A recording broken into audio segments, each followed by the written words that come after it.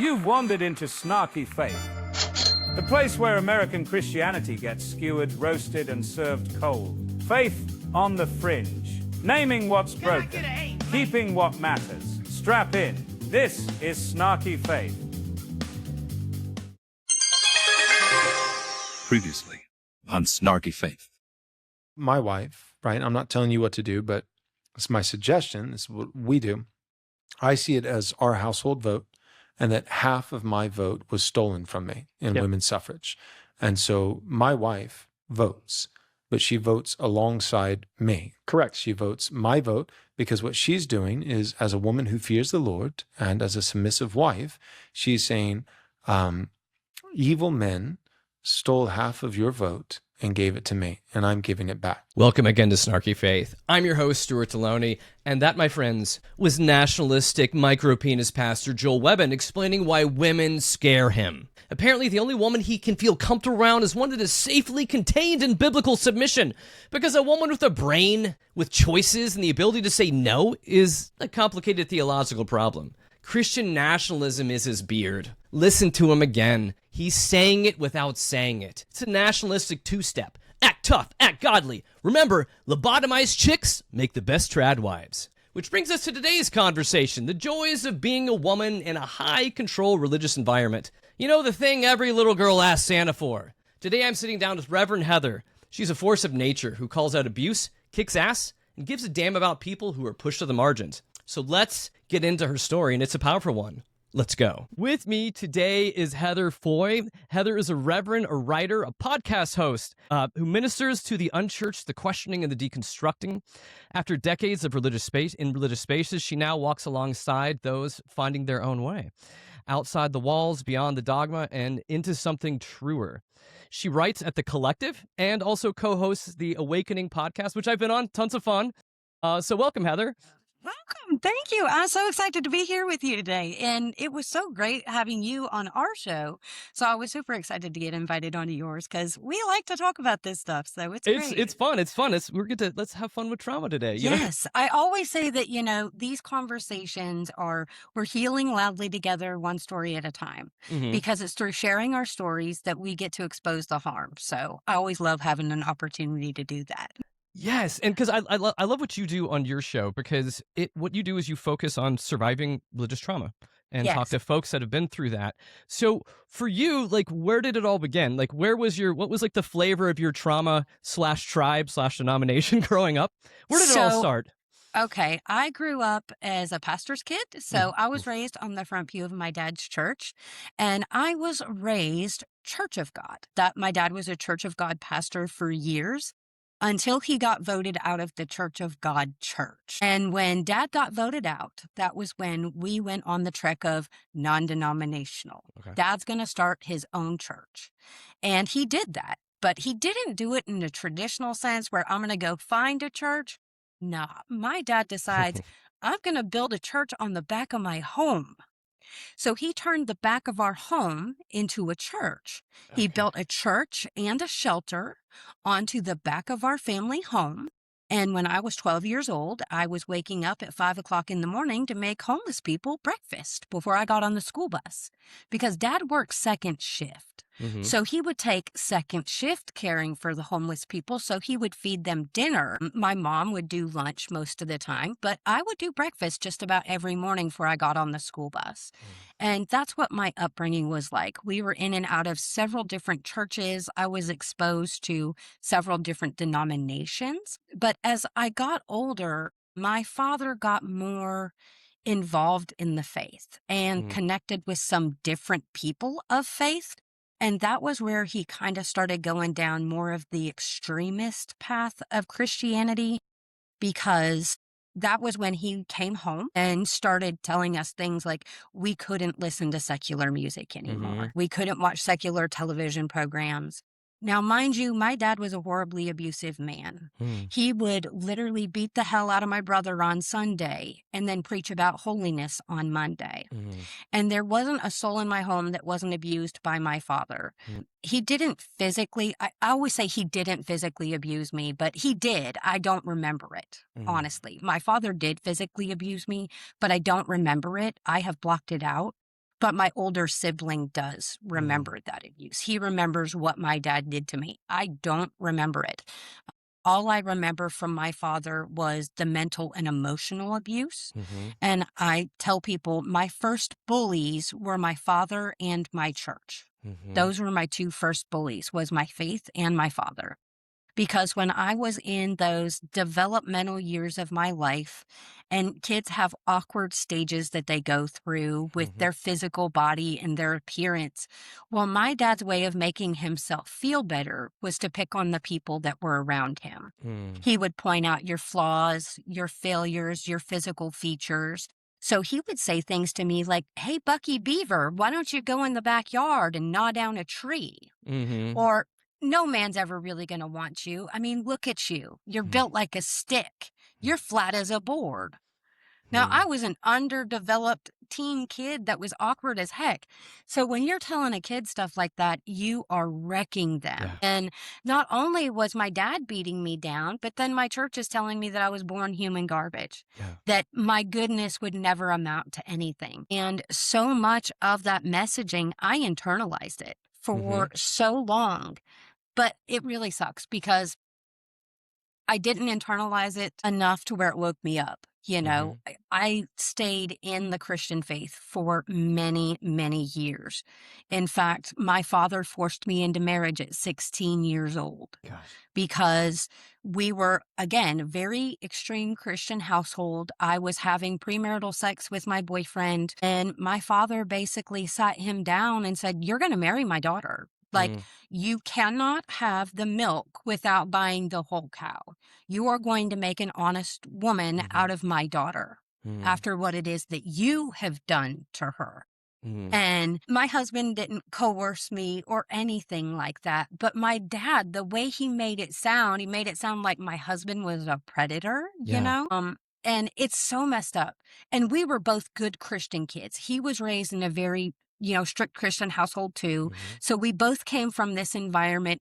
Our mothers were married young. Our grandmothers were married young. So for us, none of this was abnormal. This was all normal. This is just the way it's supposed to work. We knew we were doing wrong by having premarital sex. So we did. We got married. I was 16 years old.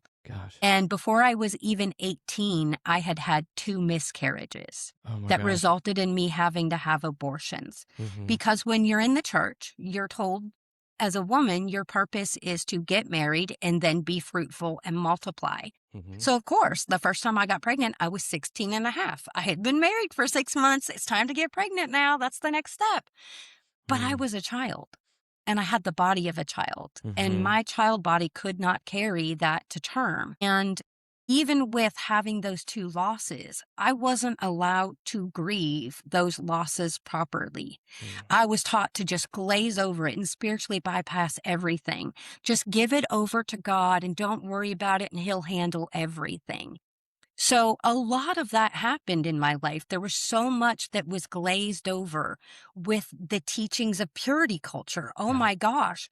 I didn't even know that I had been raped when I was a child until my mom sat me down to have the talk about the birds and the bees with me. And I was like 10 or 12. I can't remember. Timelines are really skewed because I have so much trauma. But I had been SA'd when I was 8 years old, and I didn't even know what was happening to me at the time because I had no concept of sex. I had no concept of boundaries. I didn't know good touch, bad touch. I had no idea what predatory behavior was. I just knew that whenever somebody is in authority over you, you comply no matter what. You don't disobey. And I was an obedient child. My parents successfully broke my will to make me an obedient child. So when this adult was in this position over me, I, allowed them to do what they wanted to me. And it was all because I wanted to play the Nintendo. And I think about this, I was so innocent. I was such an innocent child. I literally wanted to play the Nintendo. We had gotten a new one, and I know I'm older, so this was back in the 80s, but I wanted to play, everybody else was playing. My older brother was playing. So I thought, man, I want to be able to play too. And this was a family member, and he's like, "Oh, I'll let you play the Nintendo. You just let me do this." I didn't know any better. I just knew I was going to get to play the Nintendo. And it wasn't until my mom sat me down and had that talk with me that I was covered in shame. I thought I was absolutely worthless because up until that point that she had that conversation about the birds and the bees with me, I was told that my most precious possession was my Yeah. virginity. Like Mhm. I would be like worthless chewed up gum if I no longer had that.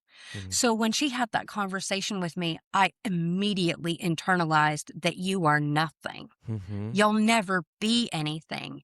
And it wasn't until later on that I was brave enough to actually tell my family what had happened to me when I was much, much younger because I was so ashamed of it.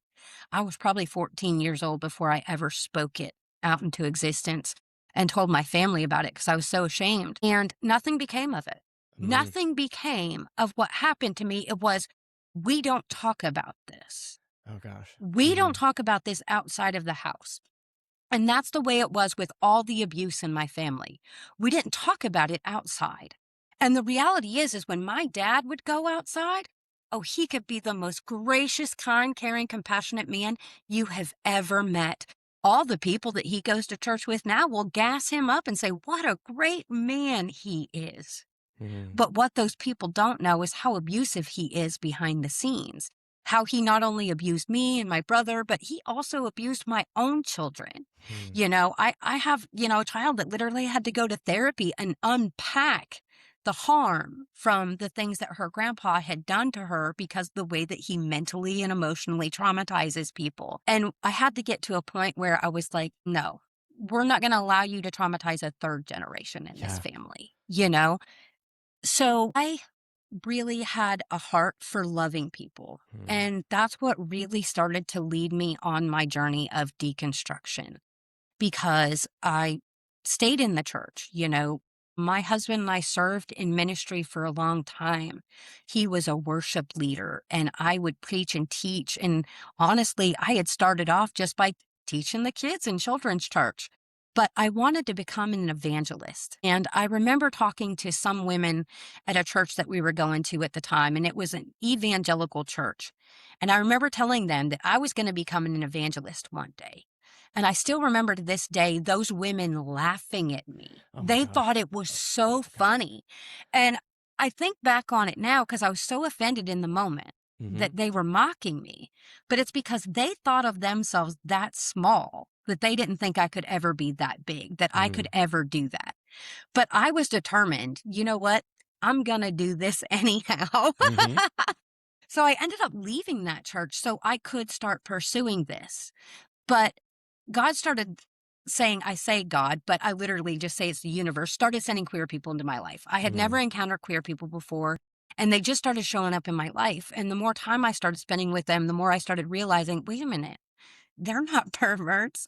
They're not demonic. They're not all these labels that the church had put on them.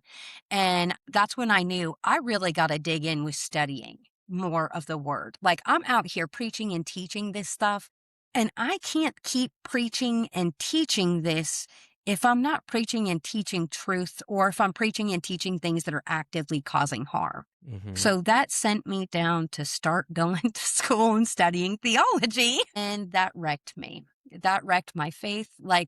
Uh, it ended up leading to the point where my mind shattered. That's what happened to me. That was Mhm. my exit from the church was such a grand thing, but my mind shattered. And it's because I couldn't hold the reality of what I'd been taught, like Mhm. what I'd been taught as truth and what I now knew to be truth. And all of the lies that I had told over the years. And because I took ministry seriously, like Mhm. so serious that I was so hardcore about making sure that when I was putting my sermons together, that I wasn't saying things that would be harmful or hurtful. So when I learned that I was actually doing the opposite of what it is I had originally set out to do, God, it tore me up. It tore me up to learn that I was the villain, right? Yeah. Yeah.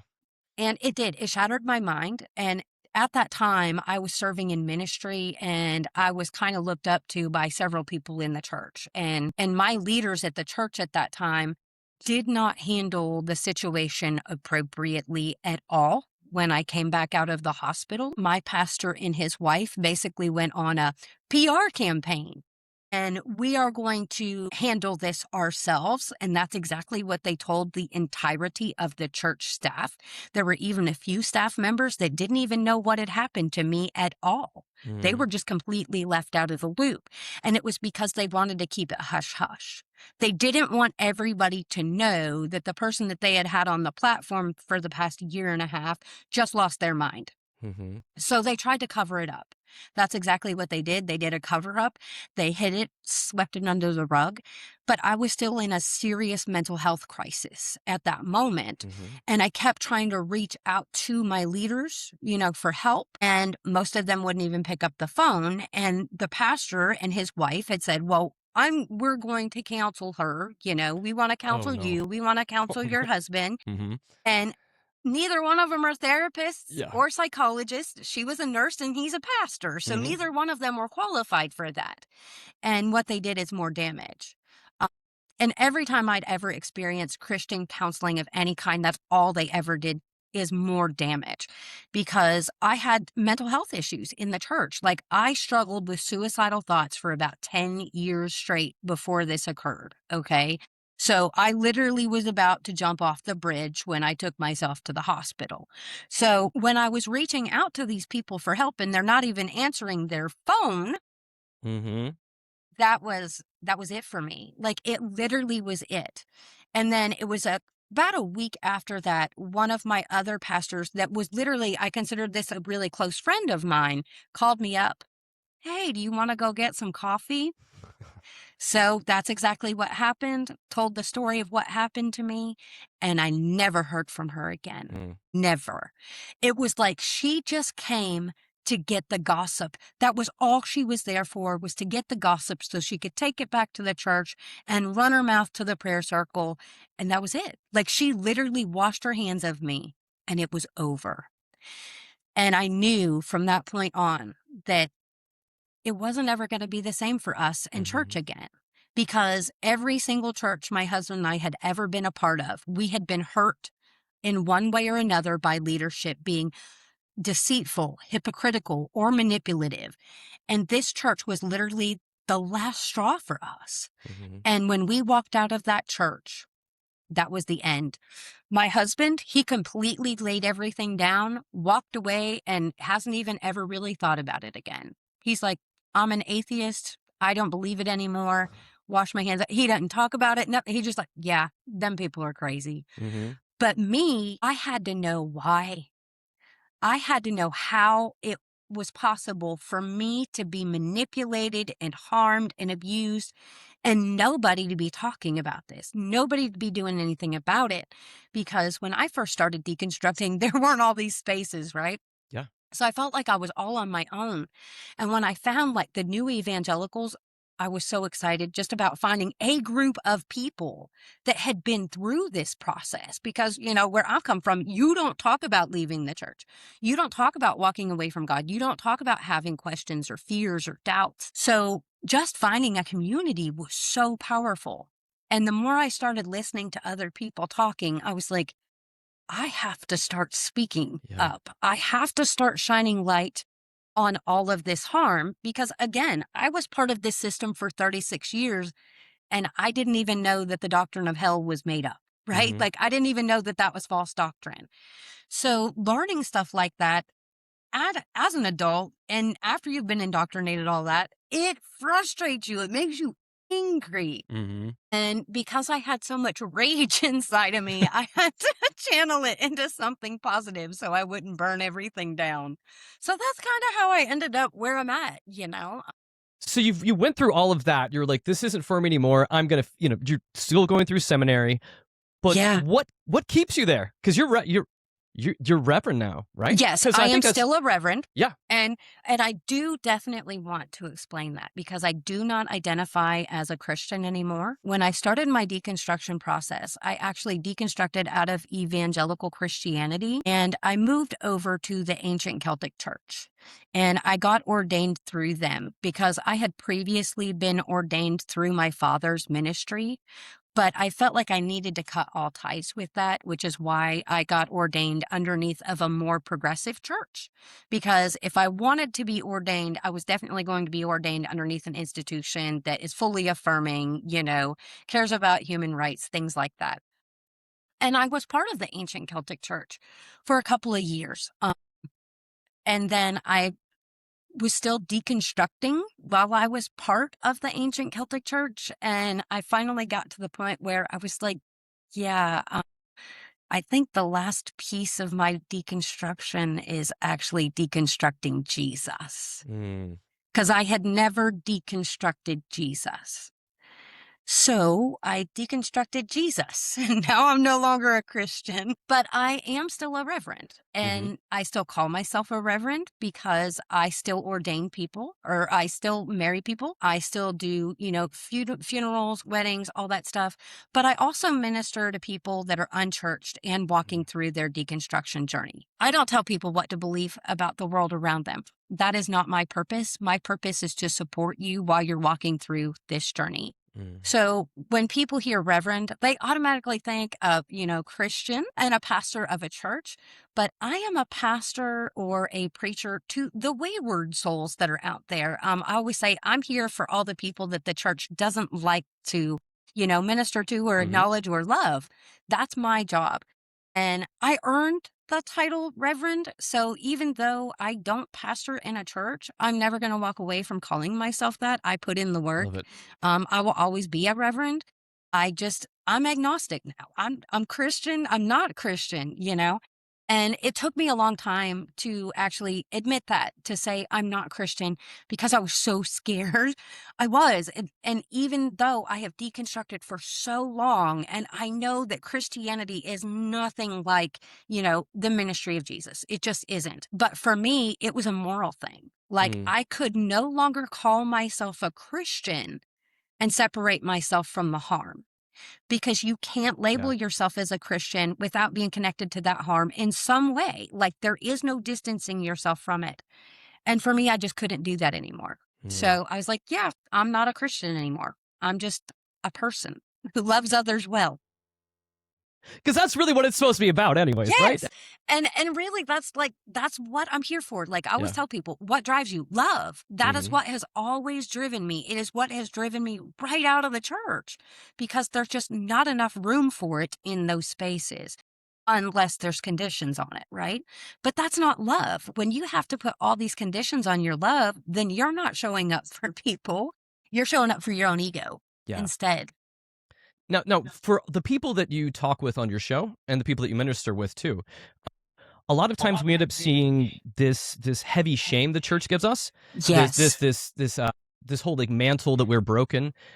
What are those patterns that you keep seeing in person to person to person that you see like repeating in the people that you're talking about? Shame is the big one. Okay. Every single guest that we have ever had on the show, that is the number one problem that they deal with. And we actually had a therapist on a couple of months ago, and he said it's the same thing for him as being a therapist. His clients that come into his office, it is the hardest thing for people to break off of them is toxic shame. And it's because when you're given a foundation of shame, it's so hard to view yourself as good. It's so hard to view yourself as worthy and capable and being confident in what it is that you are able to achieve on your own doing, your own merit or your own intelligence. Because again, you're told that you can't do anything without God. You can't, get a degree without God. You can't buy a house without God. You can't get a car without God. So when you're taught these things, you literally feel like, I am nothing. I can't do anything on my own. I am totally incapable. So it's not just the shame, but it is that self-doubt, that feeling like I cannot become something. I cannot do great things. Or even people are just like, I can't use my voice like you do because, I don't think people will take me seriously, because they doubt themselves. And it's not because they don't know what it is that they've experienced. It's just that they don't think anybody will hear them, And that's a big thing. It is fear. There's a lot of fear and a lot of shame. And those are the repetitive things. And the crazy part is I've been out for 10 years almost, but there are still things that will pop up Like, I was going through the drive-through the other day, and we used to have fundy voices that we would use in church. We had these voices because we were told that we were supposed to speak soft and kind and sweet. And I can go back and listen to videos of me preaching, and I'm like, who is that? Mm-hmm. And when I was going through the drive-through the other day, I used that voice, and I was like, why did you just do that right now? Like, right? But it's still there. It's still Yeah. embedded in me. And it's like, that's my nice customer service, people-pleasing voice. But I used to perform in that voice all the time. And that's so much of what my Christianity was nothing but a performance, because you have to perform holiness and perfection when you're outside of the house. So you don't have authentic relationships because you can't share your fears with them. You can't share your struggles with them because everything you share with them can be used against you in one way or another. It'll either be talked about in the prayer circle, or they'll use it against you when it comes to ministry. Oh, well, we can't put you in this position because you were just doubting this last week, and we just don't know if we could trust you. It is. It's almost like I feel like the trauma they give us sometimes feels like we once we walk away from it, it needs to be exorcised out of us. Yes, absolutely. Demon, get out of her. Get. And I'm literally in trauma therapy and getting angry, just angry because, of course, thinking about just having those, 2 abortions and miscarriages when I was not even 18 years old, and not even being allowed to grieve that in a normal way because we were cut off from our emotions. We were taught feelings were dangerous. So we weren't allowed to feel things like anger or rage or anything like that. And just that made me so angry because it's like so much was robbed from us. Like, I didn't have a normal childhood. I grew up underneath a microscope. Every time I left the house, people were waiting for me to fail because I was the pastor's kid. Everything you do is analyzed when you are a pastor's kid. So you have to be perfect outside of the house. Or if you're not, you have to pretend that you are. And that never changed as I got older. I was living with raging depression and couldn't talk about it because I had a pastor's wife that literally told me that I was coming into agreement with the devil by taking my antidepressants. Like, I didn't listen to her, thank God, because I was having severe postpartum depression, But my goodness, I had 4 kids at home and I was only 25. That would give anybody depression.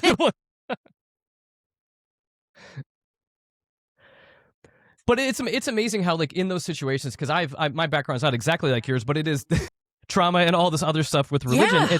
It ends up dehumanizing us that are in these situations, and I think it's one of the things that a lot of people don't always completely understand. That it's almost like you don't have feelings, you don't have a gut, you don't really have opinions. Everything is just God is everywhere and watching us constantly. The church is watching us constantly, and so it creates this anxiety, paranoia that, oh my gosh, Absolutely. yeah.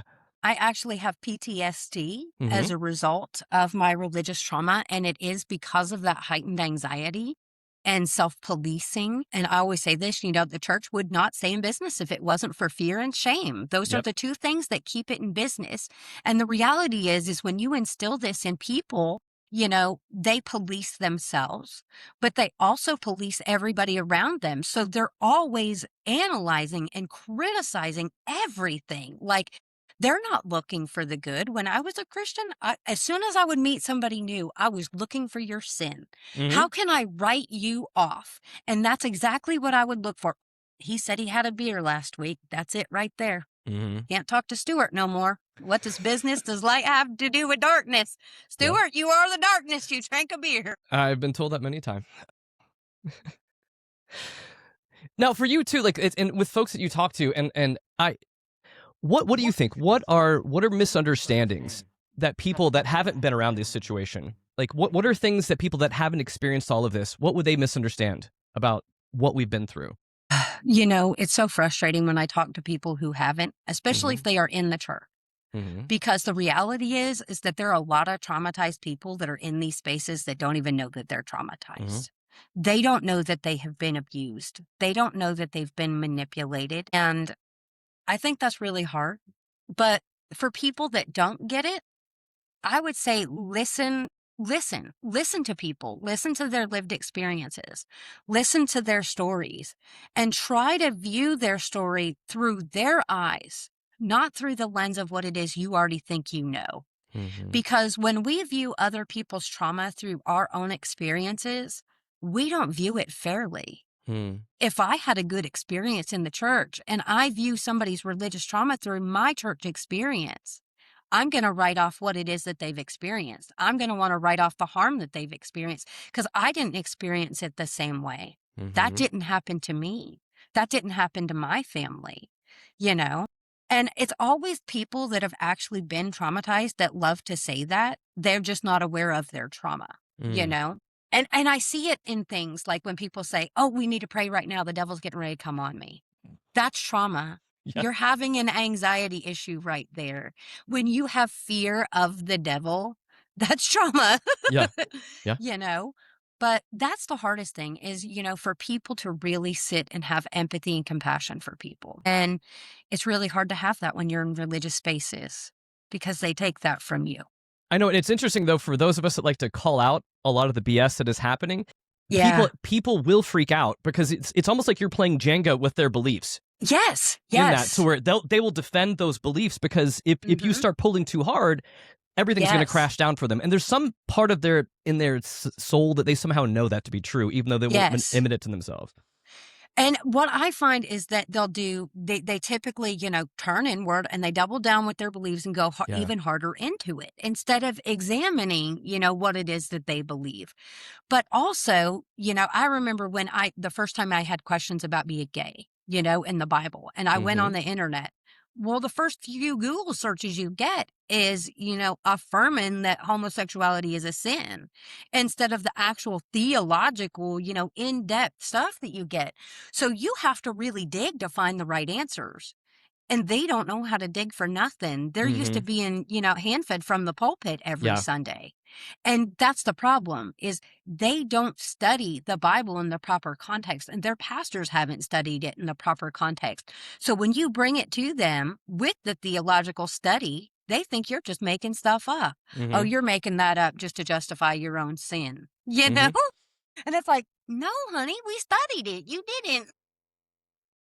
Because sometimes it does. It feels like a lot of intellectual laziness. I feel like that what we've taught people in the pews. Basically, don't think too hard, just memorize, and we'll tell you what you need to know. Well, it's and like that's inerrancy. Yeah. We had that handed to us, and that there was nothing wrong with the Bible, no errors. Hell, when you go to Bible college, it's the first thing you learn is the errors that are in the Bible. Like, don't ever believe that this is a perfect book, and like just that. Learning that shook me because I had been told my whole life that every word in that book was 100% gospel truth, no contradictions in it whatsoever. And as soon as I started seeing that stuff, I couldn't unsee it no more. I couldn't unsee the many ways that it has been used and weaponized against people, and the things that it's been used to justify. Yeah.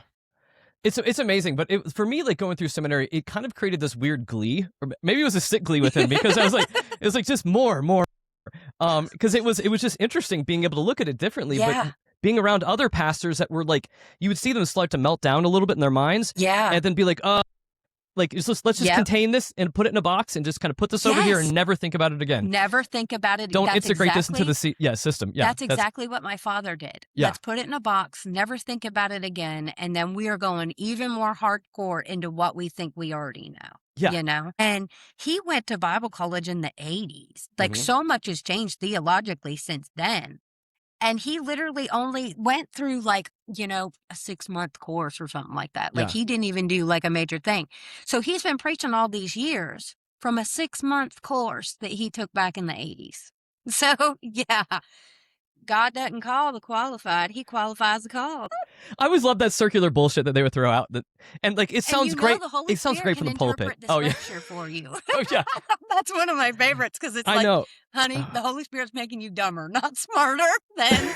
So for you, like walking through this and then walking out of it, in I guess a lot of us that have experienced that kind of trauma, we're always walking out of it a bit, or we're always probably still healing. Bits of childhood, but. For you, once you stopped defining yourself as broken, like what came next? Empowerment. That's what came next. It was knowing that I am able to go out here and just be as badass as I need to be. And for me, it was such a huge thing to feel that because I had never felt empowered my entire life. But it was just like, yeah, nothing's holding me back now but me, you know? So let's do it. Let's go for it. And yeah, now we're here. Now, Now, how's this process been for your kids? Like, was it like, were they raised So- like in and around it, and then it was like, yes. yeah, So whiplash? I have my children are all adults now, Mhm. thank God. But we were, all heavy into the church. And my kids were just starting high school. The older ones were when we left the church. So, and they didn't really understand what was going on. We didn't talk to them a whole lot about what was going on at first.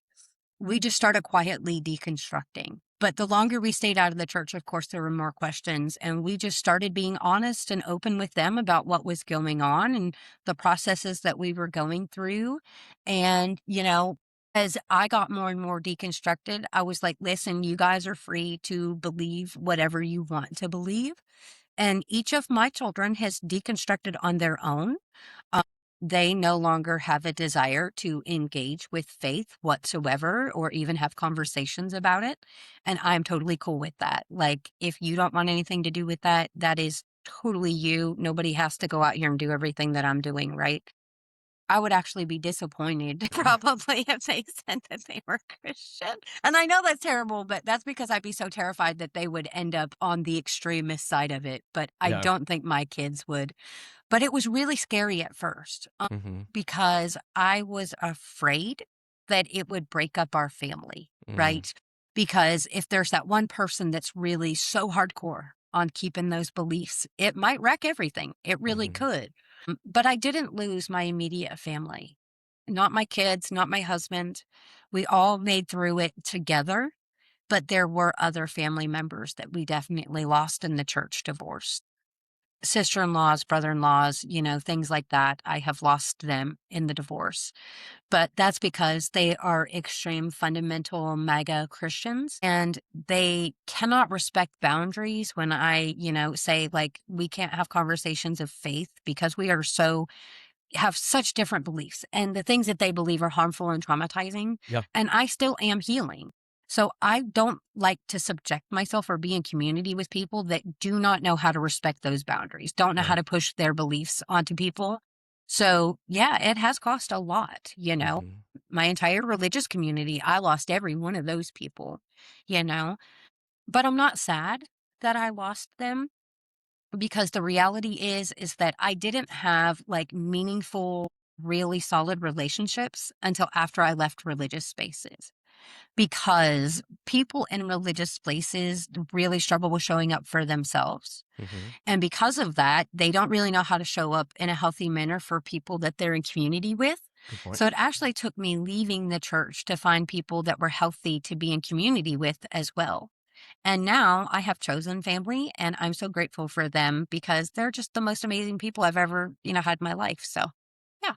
It's interesting when we begin to walk out the kind of conversations you can have with people that we didn't feel like we could have as Yes. much in the church. The honesty Yes. that you can just be, okay, I'm thinking this, and you're not going to Exactly. worry about policing whatever's in my mind, Exactly. which is kind of how the church Yes. works. Yeah. Or yeah. you don't feel like you're going to be, judged for everything that you've done wrong. Like I literally, if I had an addiction issue, which I don't, but if I did, I know that I could call up one of my friends and be like, hey, I'm struggling with this, could you help me out? And they would, whereas in religious spaces, they're gonna be like, oh, you need to read your Bible and pray more.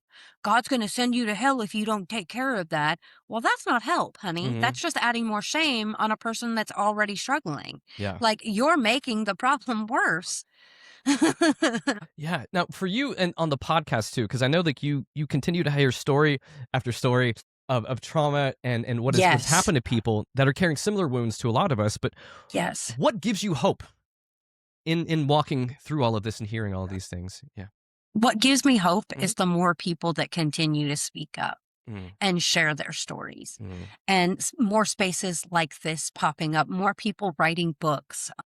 That is what gives me hope I do see a lot of darkness. I hear a lot of horrible stories. I mean, my goodness, we had a guest on last week and her story, I don't even know how those people are even out of prison. Like she was literally raped on a regular basis, and her aunt had the minister come over to discipline her.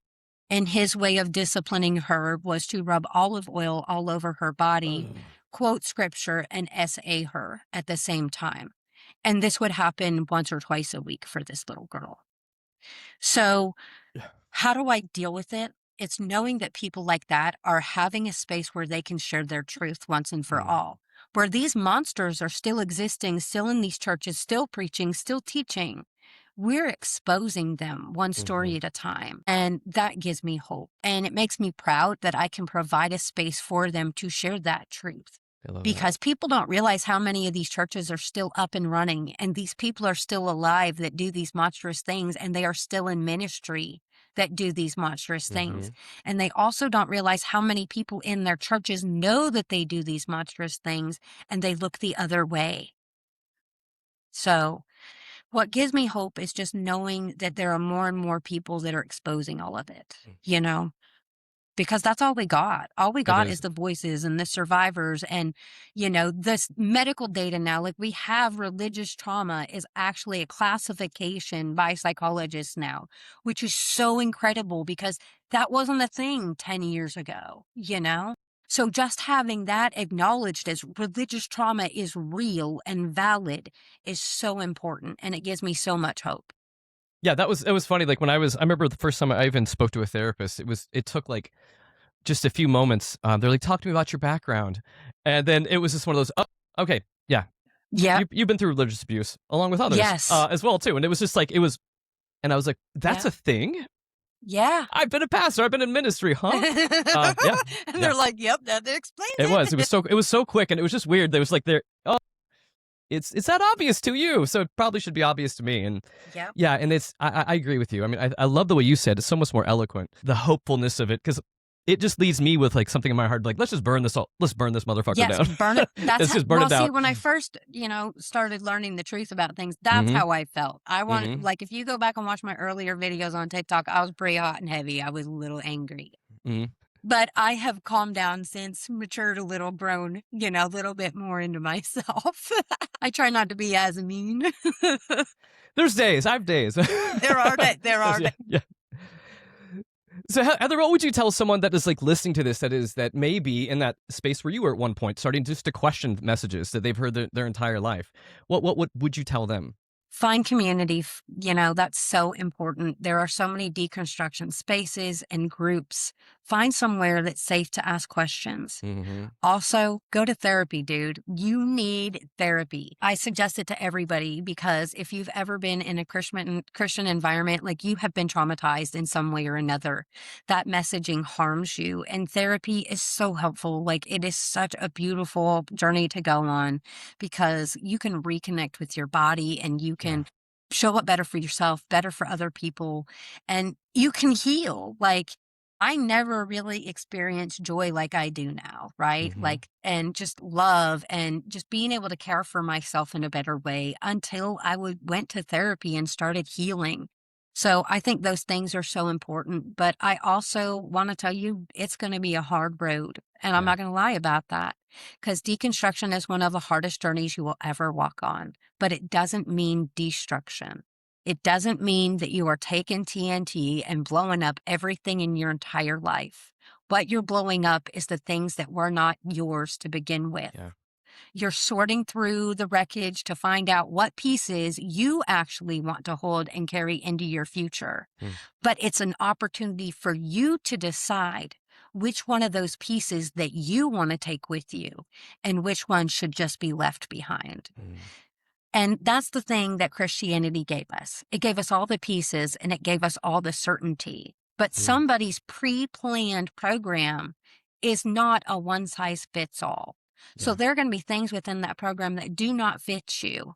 And, for me, one of those things was, homosexuality, like being gay is a sin. Guess what? I'm bisexual, y'all. I didn't find that out until I went to therapy. You know how awkward it is sitting in therapy, telling a, therapist that, well, I've always thought women are pretty, I've always thought they're attractive. And she looked at me and she said, honey, you do know that people don't typically find the same sex attractive unless they're gay, right? I was in denial at first. But yeah, I've always been bisexual. I just didn't know it. I thought everybody thought girls were hot. But that's the huge importance of actually going to a therapist and not like a Yes, Christian counselor like it we mentioned is. before too. Oh, to where- Christian yeah, counseling, do yeah. not ever do No, it. It is no. trauma upon trauma. It's why I stayed out of therapy for so long, because I was so traumatized in Christian counseling, like so badly traumatized by it. Yeah. Well, Heather, Reverend Heather, if people want to find you, if people want to see your work, see what you're doing, how do they go about doing that? You can find me on TikTok. You can find me on Instagram. You can find me at the Awakening Podcast. We put out a new episode every single week. Stuart can share our links, but you can find me in all kinds of places. I'd be happy to have you all there. And if you ever have any questions about deconstruction, send me a message. I'm She's a good always one. here. I leave myself open for y'all. If you ever have any questions, I'm here to walk alongside the journey with you. You don't have to go it alone. Well, Heather, thanks so much for your time and just the work that you're doing too, bringing joy out into the world, telling people that they're not broken. And Yeah, thank you for having me. I appreciate it so much, Stuart. It's awesome. excellent.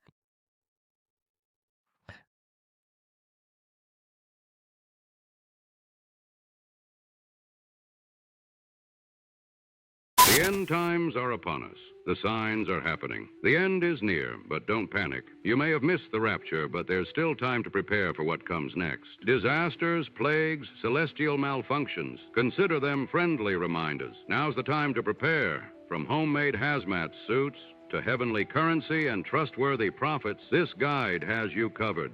Because when the heavens open and the world melts, belief alone won't save you. The Tribulation Survival Guide. How to stay alive when everything else is dead. Available now.